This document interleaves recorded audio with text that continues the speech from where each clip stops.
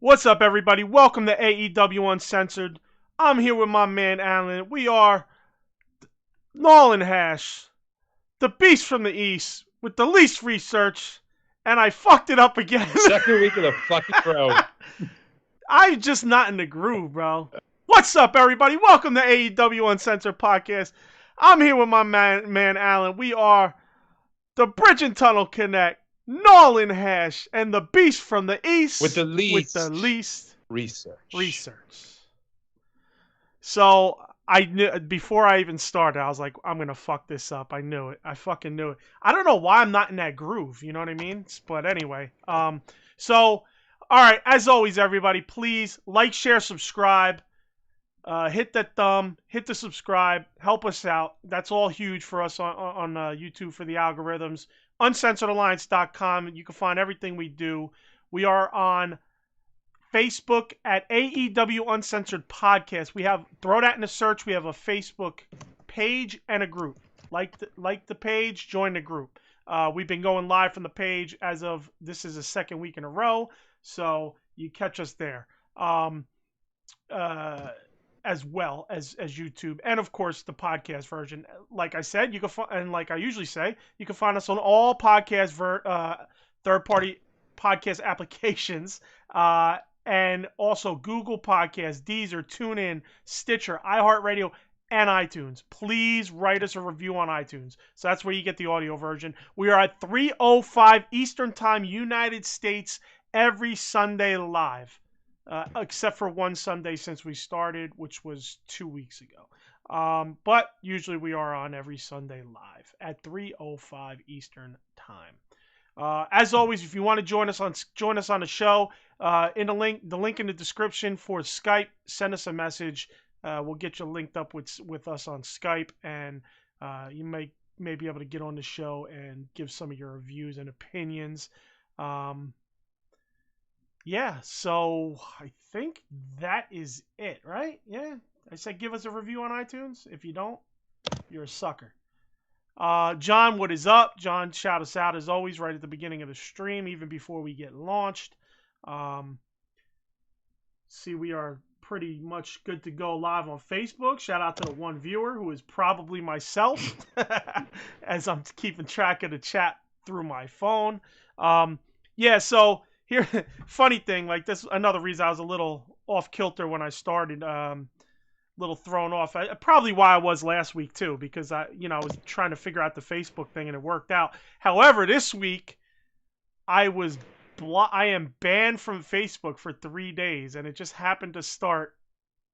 What was it, Friday? I guess, or yeah. So the end of my ban is probably the end of the night, into tomorrow morning sometime. So unfortunately, the second week we were going to do Facebook, only for the second time ever with the live stream, Facebook decided to block and ban my ass for 3 days. So me and Alan were like, all right, let's get on. Let's try to figure something out here.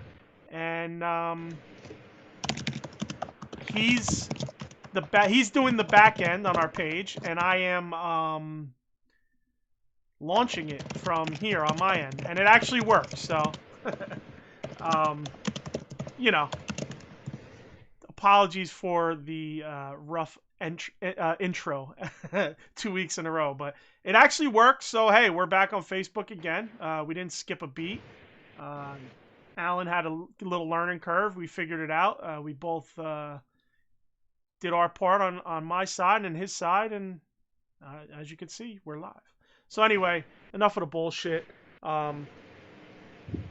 Let's get right into it, man. Dynamite. Set us up. Well, we started. Are you ready to set? I'm ready to set us. Yeah. All right. All right. I know you were posting the links. Yeah, I think I hit everything.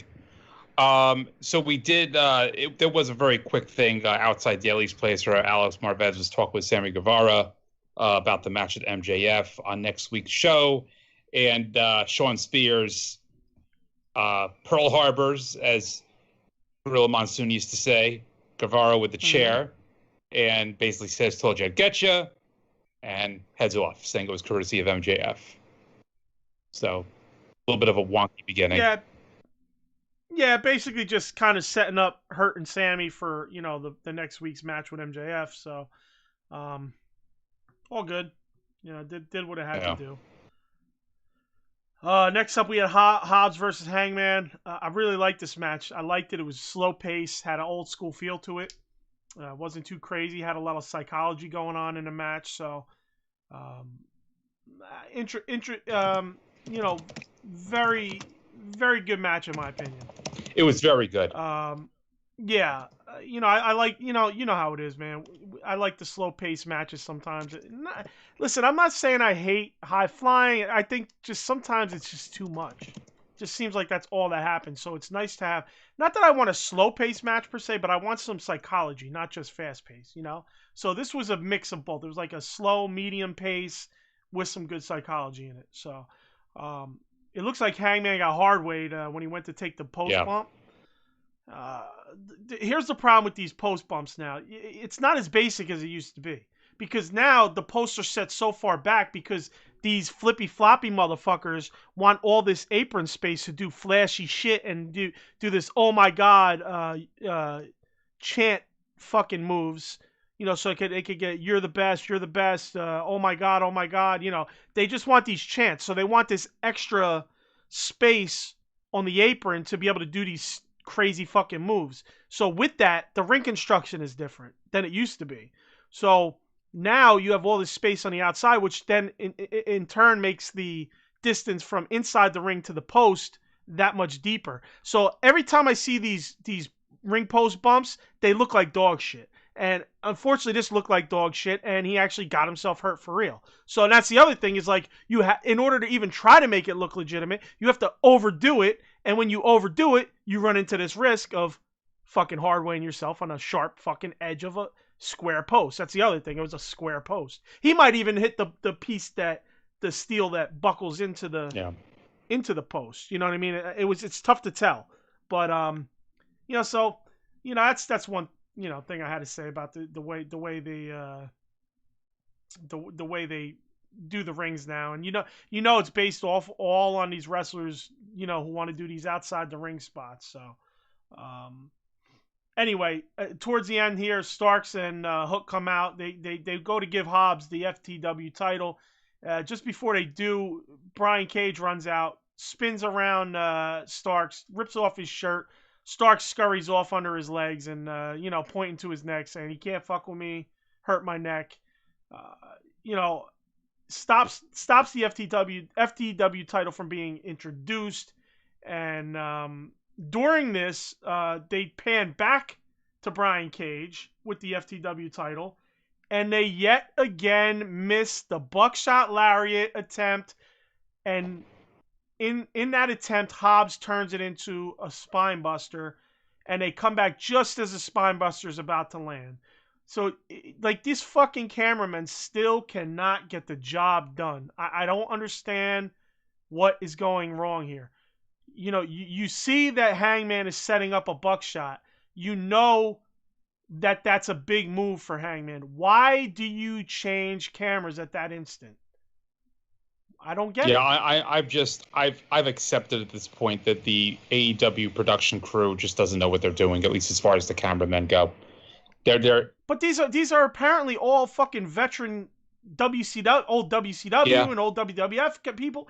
What am I missing that they're I don't get it. I just don't understand. It doesn't feel like it's something that's being emphasized in the overall production. They're emphasizing certain things and not others. For some reason, they're not emphasizing the camera work. It's continuing to look like shit. I feel like I've been talking about this since we started doing this podcast, and I just don't think they're ever going to really fix this. There's no incentive for them to do it because they would have done it by now. It's not even like it's not even like they're missing non-key moments. They're missing key moments in all. Right. Exactly. Big moves, big turns of events and shit like that. So, anyway. So like I said, match. I like the match. I mean, what do you have otherwise? You got any specifics on all this? No, it was good. I mean, other than that, and other than the bad camera work and the hard spot, it was very good. I thought it was. I'd actually like to see these two mix it up again because Hobbs is also very impressive. Yeah. Next up, we had a shitty, goofy promo by the Bucks. Did not pay attention. They are just, you know, their over the top isn't what I like about Kenny's over the top. You know what I mean? I think, you know, it's like they're almost trying to. They're just making, in my opinion, they're making a mockery joke purposefully, and it's like I don't. That to me, that's I get there. Like I could kind of see where it's like, oh, that's heel heat for them. They're trying to get the heel heat for them, but I think it's just not heel heat. It's go away heat. It's go away heat for sure. Just go away. It's not giving you the heel heat you think it's going to give you. You know, you're trying to be the over the top, obvious, you know, old school, you know, thing. You know, you're trying to make fun of the old school shit and you know things you loved about wrestling yourselves, and it's just more go away heat than it is good heat, you know. So I mean, I don't know, you have anything specific on this? Did they say anything you liked or didn't like? I thought it was silly the Matt says they're EVPs, extremely violent people. It felt very play school to me. It's just like, good God, just hit you over the head with it. Dude, I swear to God, when he said EVP, I almost fucking threw my controller at the TV. The only savior is that he said extremely violent people. You know, so I mean that's the only thing that saved it. But anyway, that's it. That's all you have. That's all I got. To your point, it's not very entertaining as far as the Bucks go anymore. So yeah. Next up, we get a Konnan versus Tully face-off. I really didn't understand why we had to have this. You know, I get it. He's kind of down with LAX, who was, of course, Santana Ortiz in the later version of LAX. And he's kind of been hanging with them on certain, you know, like on the pay-per-view during the Stadium Stampede, he was with them. You know, and Tully, of course, being with FTR. So they have their little face-off. They both cut some pretty good promos on each other. Konnan says you need to learn some Spanish because you're going to need to speak to your grandchildren. I thought that was pretty fucking funny. You know, his daughter, you know, is engaged to a luchador. I don't know specifically who. Maybe you do. I don't know the name, but I knew it was a luchador. I forgot the name of the actual performer, but yeah. Yeah, I'm not 100% sure who. So I thought that was funny. So Konnan basically... He basically calls Santana Ortiz out, you know, basically going to get the one-up on Tully. And two guys in masks come out. You know, you knew something was up. I was like, either they're going to get two new guys that they roll with, or it's going to be, you know, FTR. Turns out it's Tully goes, wait, look at the big screen, and you see Santana Ortiz laid out. And, of course, FTR takes off the mask behind Konnan. They attack Konnan. They go for the spike pile driver on Konnan, and Konnan has a ginormous either cyst or I don't know if that's a hernia. I mean, you've had a hernia. Do you think a hernia that big is not going to kill him? I mean, the hernia that I've had has been more in the groin, not where his. It is weird. It looked very freaky, whatever it is. I mean, that was a giant bubble on his belly. And it wasn't his belly. And it was just hanging there. Like his shirt was just half on it. It was kind of fucking weird, man. I'm not gonna lie. It was a little fucking it was a little weird. I mean, maybe we need to call Dr. Pimple Popper and get her to help Konnan. You know what I'm saying? I'll watch the episode because I'm into pimple popping videos and cysts and all that shit.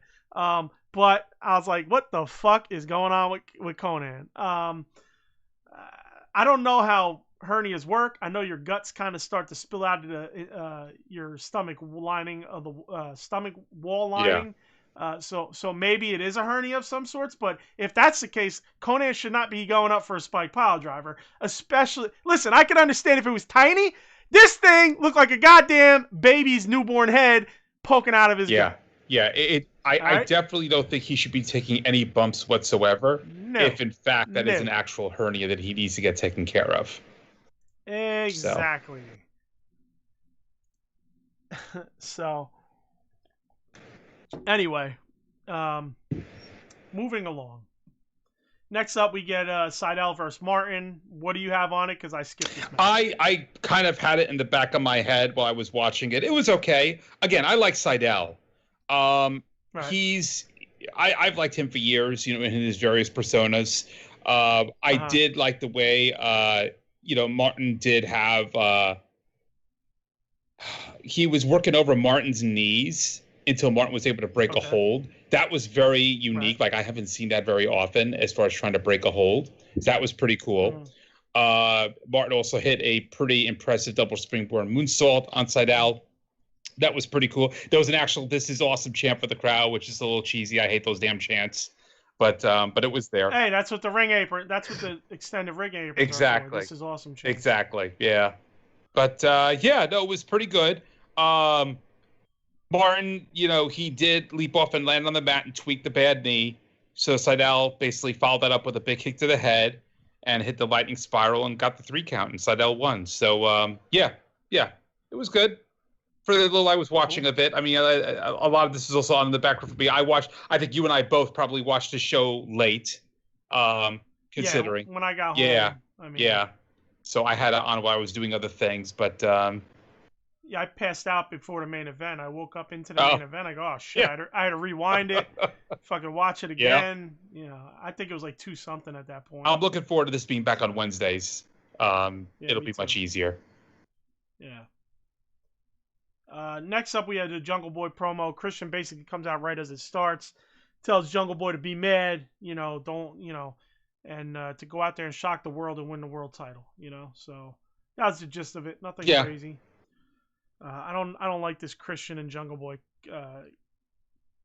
meshing. Let's be real. I have a feeling it's going to turn into Christian turning heel, and wrestling Jungle Boy. So, I hope so. I didn't get that impression at the end, but I hope so. Yeah, you're right. We'll see, I guess. I'd rather see him heel. I really would at this point. Yeah. Then we get Jade and Smart Mark. They got a new deal with shopaew.com. Just a little, them, showing that Sterling's working for her. So, getting her money. After that, we get an MJF promo, basically saying Malenko shouldn't be around a dangerous business like wrestling anymore. Yeah. During that promo, Jericho and Hager attack whoever's out there for Pinnacle. I believe it was Hager and Jericho only, correct? Yes, I believe so. Yeah. That's right, because FTR took out Santana Ortiz and Sammy was injured. So they brawl in the back, and then they brawl out to the ring. Sammy basically comes in at the end, makes a save. He cuts a promo where he said some not okay words, I guess, and usually they miss it. This time it seems like they caught those words. I don't know if it was pre-taped or not. That was weird. He must have been saying like fuck or motherfuckers. I'm guessing that's what he was saying. So, okay, here's the deal. He did okay in his promo with the pace and stuff, but he stuttered a few too many times. Like he went to say something and missaid it and kind of had to regroup a few times. But I felt like the gist of, how we've been saying Sammy's either too fast or too like long, and I felt like it was in the right direction of promo. It just was like he misremembered shit he had to say. Yeah. You know what I mean? So, other than that, I thought it was a pretty solid promo. Otherwise, I shouldn't say solid promo, but just like I felt like he was going in the right direction. Yeah. I don't know about you. I felt like compared to the other shit, I felt like he was going in a decent direction. Yeah, it did what it needed to do, pretty much. Yeah, just a little bit of hiccups during it. That's what did you have on this promo and all this? And the attack? Yeah, I thought it was an impressive promo. I think that, he's finally getting back to not sounding so cringy anymore like he used to. I'm hoping that's because, MJF is bringing a lot of this stuff out in him. It'll be interesting to see how that feud works. It's no longer just MJF and Jericho, and then they're all not just pairing off. They're actually mixing it up a little bit now. Considering, like I've said before, the feud seems like it's just never ending at this point. At the very least, They're mixing up who is facing off with who. Right. All right, next up we get excuse me. We get a Miro promo. Basically says Pillman attacked him. I thought that was funny shit. You know, I just him basically pretty much doing Miro shit. You know, nothing too big about it, but we're obviously probably going to see him and Pillman like we thought last week. I believe they might have announced it. I just probably didn't pay attention because, like I said, I fast forwarded through anything that wasn't a promo or a match, and a couple matches I didn't watch. So, yeah. I might have missed an announcement that they're wrestling each other. You have anything on the promo itself? No, I mean, again, I love where they're going with Miro. He's finally becoming this beast still. You know, he's who I'm probably most invested in at this point with the show. Yeah. All right, next up we got Ethan Page versus Bear Bronson. I did not watch. What about I honestly didn't watch as much either. This one I really had in the background. I was listening to it while I was doing other things, so I didn't do much with this. I just wasn't interested. Yeah, I really didn't have an interest in it. You know, for me, it's like you know where it's going, and that's yeah. That. I did obviously watch.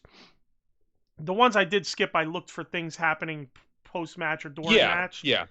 This had a post-match promo by Ethan Page. He basically cuts a promo on Darby. Says after the match he knows he's not done. Darby's not done with him, so he's gonna put the final nail in the coffin. He said nail in the coffin a bunch of different times. Yeah. So then he challenges him to a coffin match. Boo! Boo! That's almost as bad as extremely violent people. Jesus fucking Christ. A coffin match.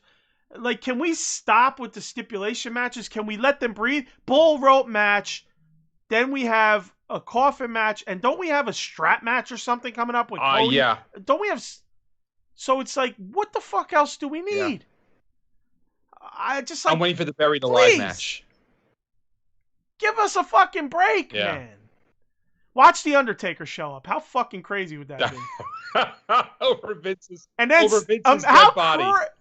How crazy would it be that The Undertaker shows up? You know? Remember, like, Darby don't have a tag guy. He told Sting stay home, right? So it's like, I don't know, bro. Like, how crazy would that be? That would be... And then him and Sting get their match, right? That they supposedly won all this time. That would be pretty funny. But let these fucking stipulation matches breathe, man. It's like every week there's a stipulation match. At what point does it become nothing? It's like a chair shot now. What's a chair shot? What's a table spot? What's not DQing a motherfucker anymore? This is a product of the era that Tony Khan grew up in, and he loves this shit. So yeah, I get it, but you gotta space this shit out. Yeah. You can't just have a fucking stipulation match every week. You become numb to it as a person. You know what I mean? It's like jobbers. We don't want to see matches against jobbers. You know what I mean? Like, you just become numb to it. Up next we have Britt and Rebel in a promo, and then right after that was Vicky and Nyla in a promo. Britt was basically saying, if you could ask Tony Khan for anything, it'd be like a yacht or a fucking something, you know, something extravagant. But Vicky asked for a tag team match, and she's like, that's ridiculous. Then we get Vicky and Nyla cut their promo, and I could care fucking less about this. Yeah, again, you know, they're not really... If this is just heel versus heel, I have no interest in it. They're not even doing anything to make you think otherwise. It's... Who are you supposed to be rooting for in this case? Yeah, I don't... Yeah, that's a good question. That's the problem. Every feud, if there's no clear indication of who you should be rooting for, I mean, there's simply no interest in the match.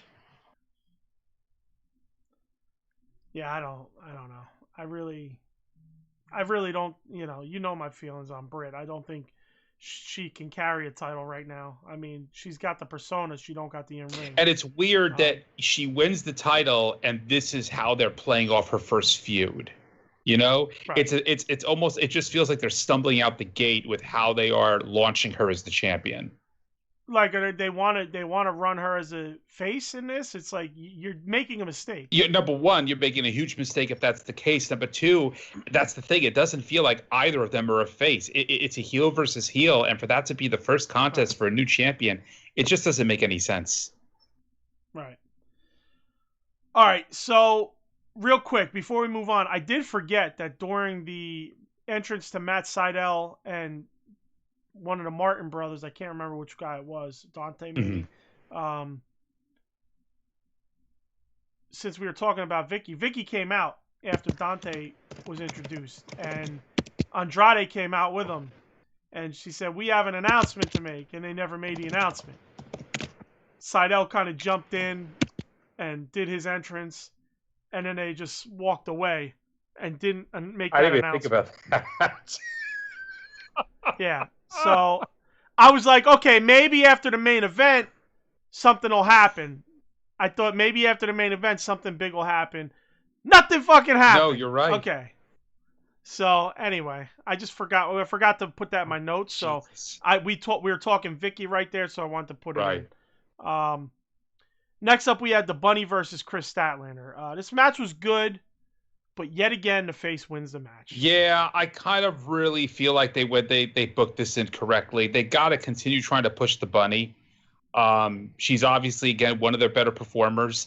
In fact, see, technically the Bunny is probably who should be eventually going up against Britt, but then who is the heel? No, that's the problem. No. She should be the next heel champion. Whoever takes it from Britt should be the face. And Bunny should take it off of that person. That's true. Yeah. Listen, man. Statlander should not have won. No, this. I agree. Bad booking. I'm just tired of this face winning constantly bullshit. Yeah, this was shit booking. It's just really killing me. After the match, Blade and TH2 knock out Orange Cassidy.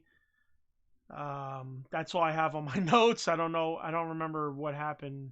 I don't think anything major happened. That was basically it. Yeah. Nothing much else to really write home about after that. Yeah.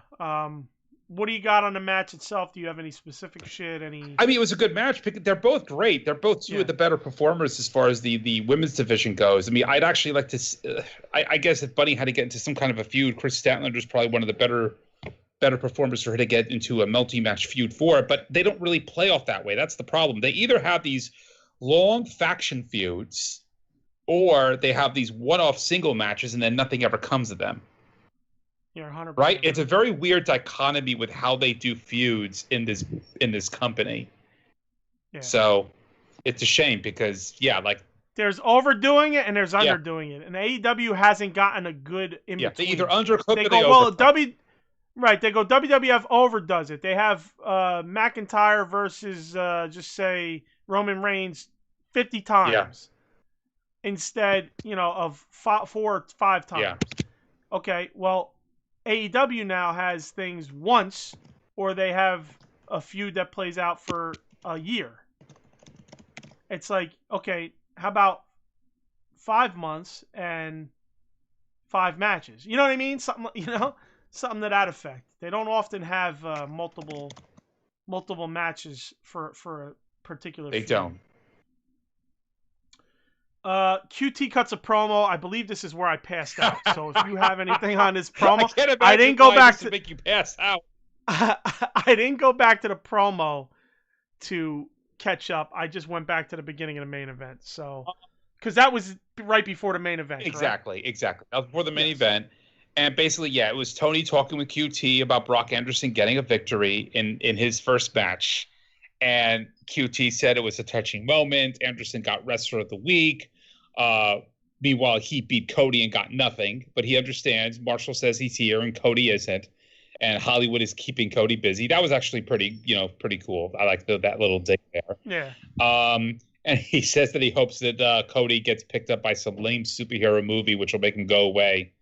And then was being champion. So it wasn't a bad promo.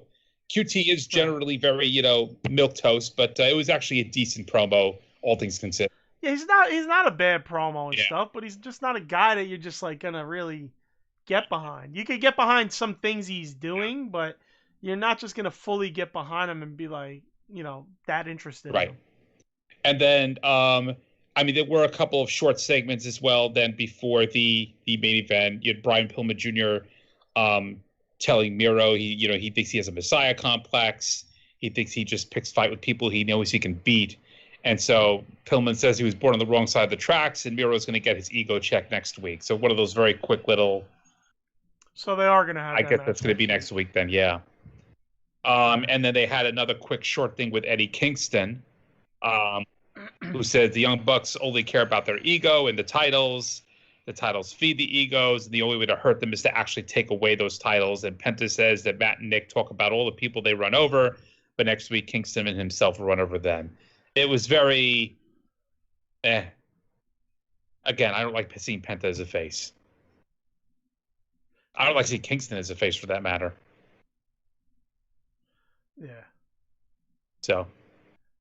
I don't blame you. So yeah, so they're both really good heels. Yeah, so. Yeah, exactly. But yeah, so they kind of had this little smorgasbord of little mini promos like this before they got to the main event. All right. They're doing a lot of good. That's pretty good that they've been doing lately. A lot of like little quick promos, story segment, videos, vignettes. Yeah. They did one about Jungle Boy and Omega earlier in the night. Stuff like that. They're doing well with it. I gotta be honest. I mean, the last three weeks to a month have been very bland. Very, very bland shows. Very. Not very interesting.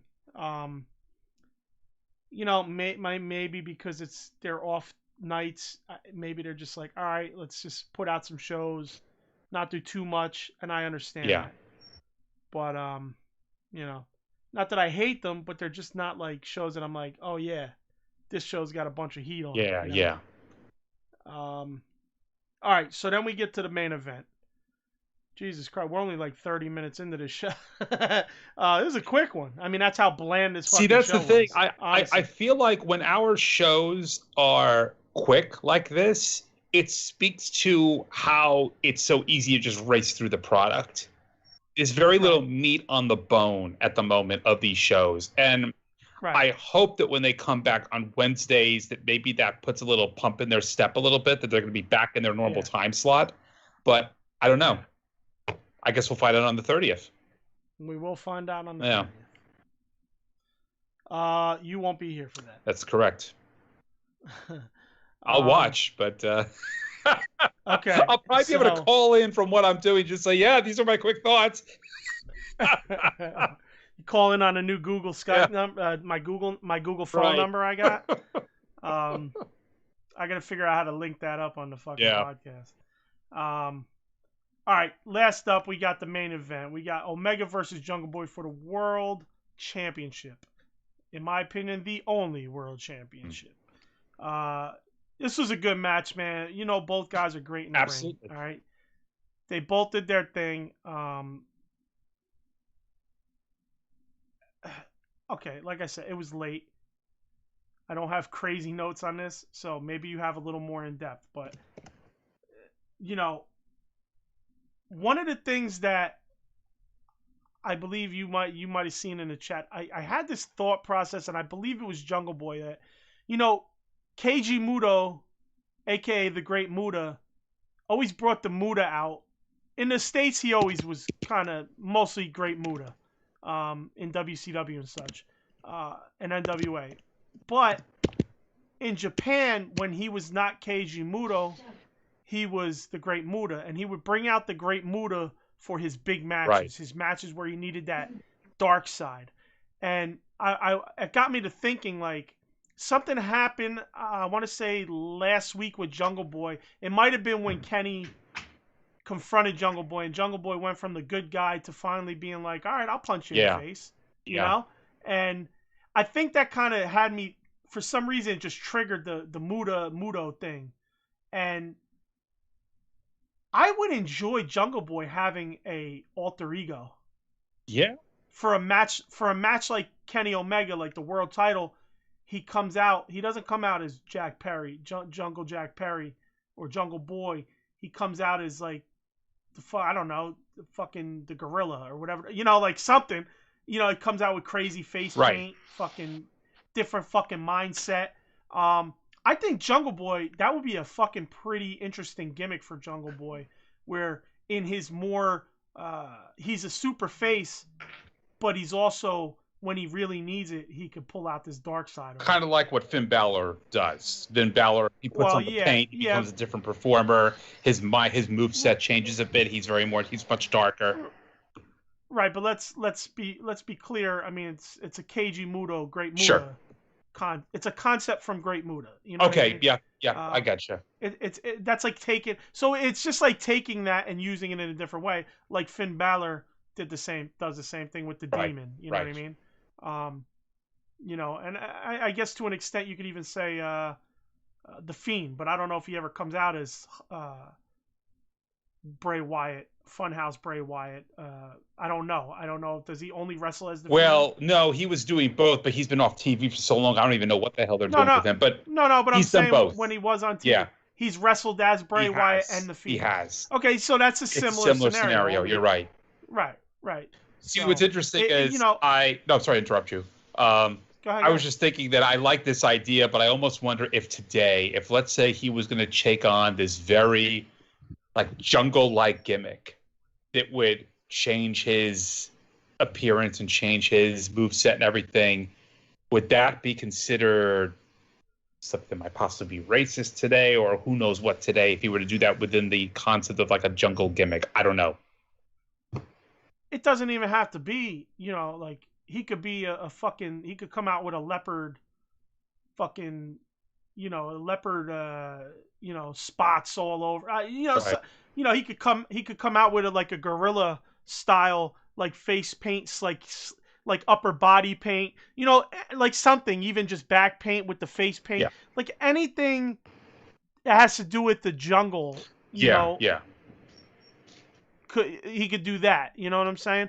I mean, if you're gonna say like he's Jungle Boy, he's like Tarzan basically. Yeah. For the most part. So where, you know, anybody who would think any of that shit's racist is just a fucking idiot, and you need to just fucking go.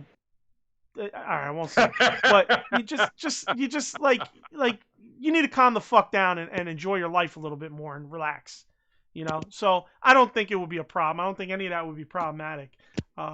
I do think it'd be pretty interesting though. Like that's my take.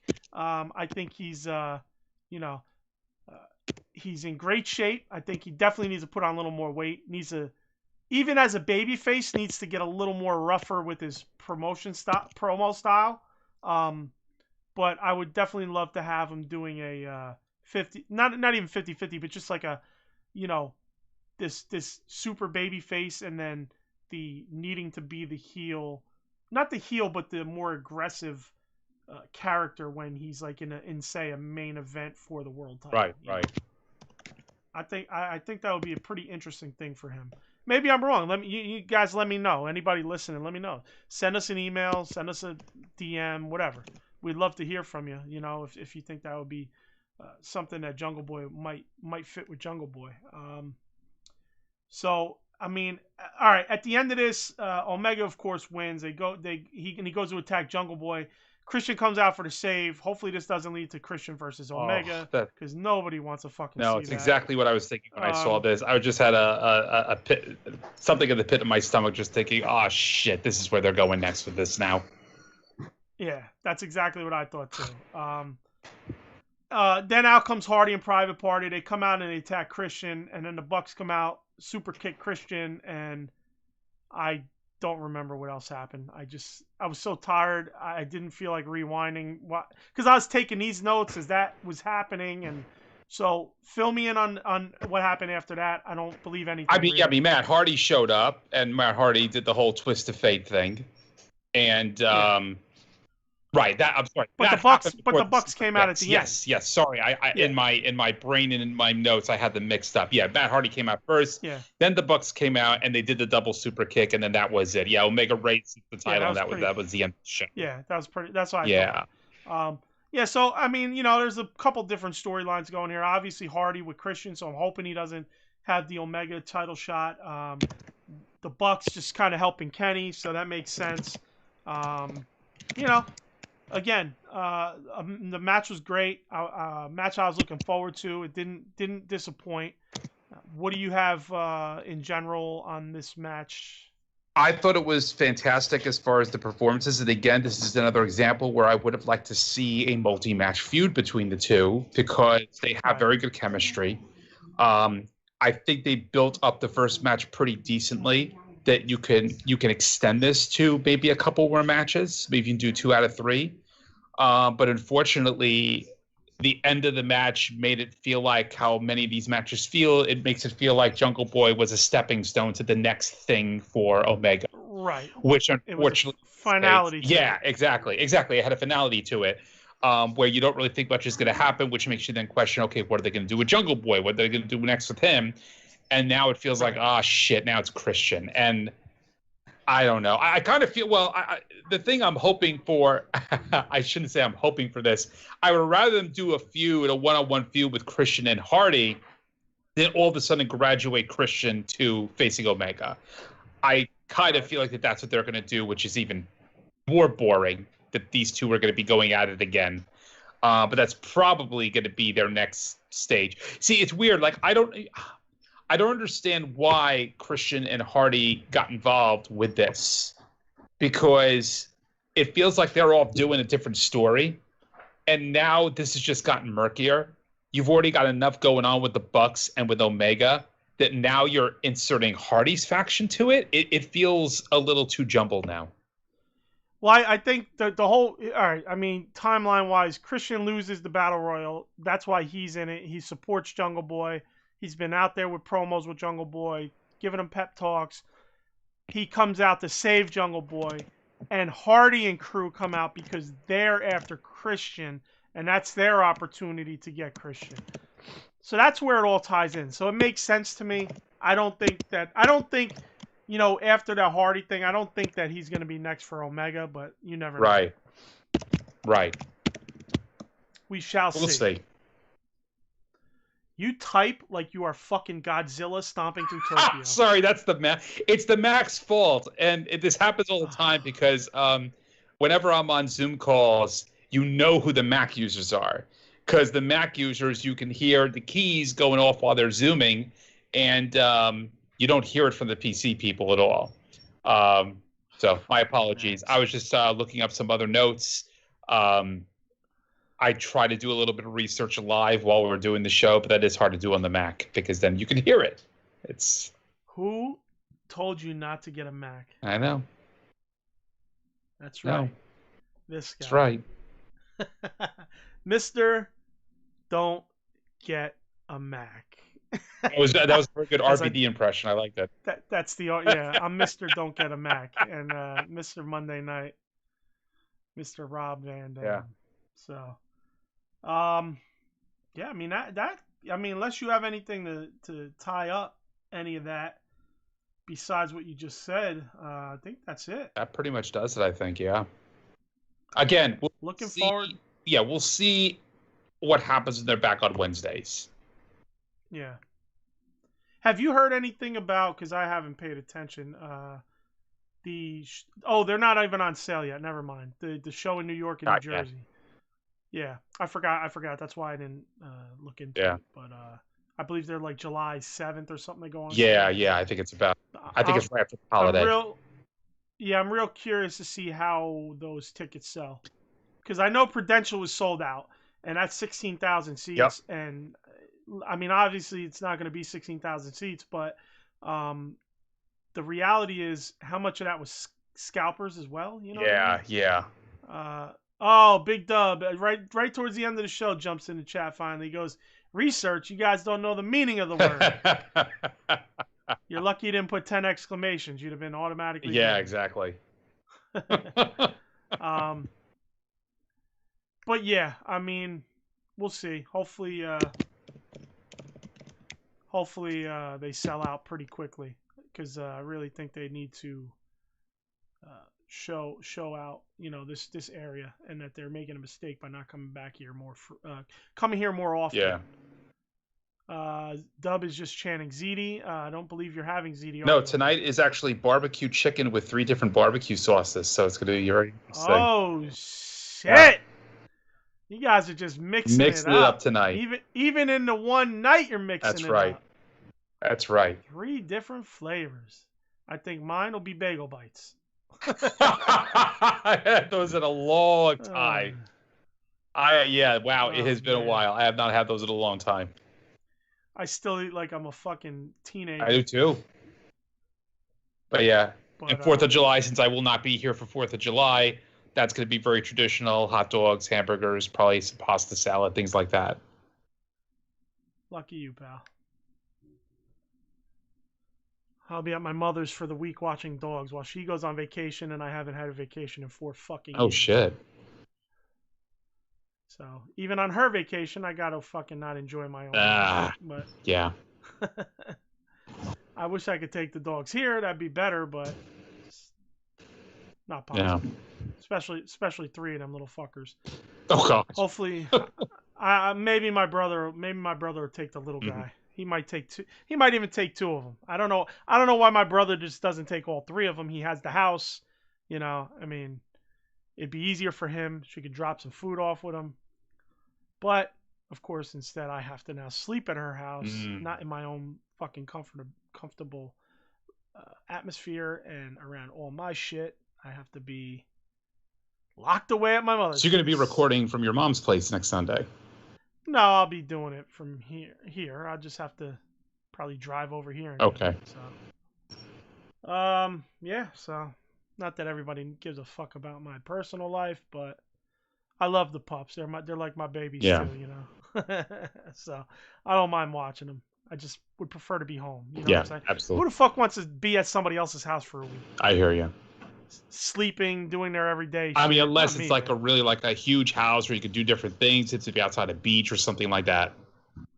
I mean, listen, it's not a small house, but it's just, you want your own amenities. Yeah, for sure. But, yeah. All right. Please like, share, subscribe. Hit the thumb, hit the bell. UncensoredAlliance.com. You find everything we do. AEW Uncensored Podcast at gmail.com is our email. Let me know what you think about that Jungle Boy thing in the emails. Please send us an email. Again, that's AEW Uncensored Podcast at gmail.com. Facebook, we are AEW Uncensored Podcast.